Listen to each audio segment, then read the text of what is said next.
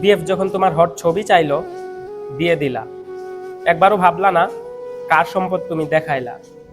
BF যখন তোমার বুকের মধ্যে হাত রাখলো, তখনও কিছু বললা না। একবারও ভাবলা না যে সে কার সম্পদে হাত রাখতেছে। বিএফ যখন রুম ডেট করার কথা বলে, বিএফ এর সাথে একসাথে বিছানায় শুয়ে পড়ো, একবারও ভাবলা না যে তুমি কার সম্পদ নষ্ট করলা। সবশেষে আবার ছেলেদেরকে দোষী করো। ছেলেটা যখন তোমার কাছ থেকে মজা নিচ্ছিল, তখন তুমিও ছেলেটার কাছ থেকে মজা নিচ্ছিলা। সুখের ভাগিদারটা তুমিও হইছিলা।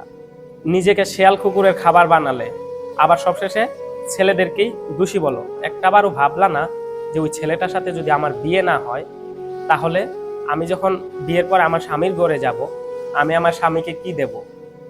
বাসর ঘরে নির্লজ্জর মতো বেহায়ার মতো বসে থাকবেন একটি নষ্ট শরীর নিয়ে। আগে থেকেই তোমার সবকিছু বিলে দিলা শেয়াল কুকুরকে। একটা মানুষ যখন বিয়ে করে, তখন তার কাছে চাঁদ রাতের মতো আনন্দ হয়।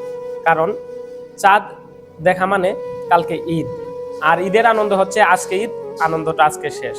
কতটুকু আনন্দ নিয়ে বাসর ঘরে আসবে ওই ছেলেটা, আর তুমি তার সব সম্পদ বিলিয়ে দিলা অন্য কোনো এক ছেলেকে।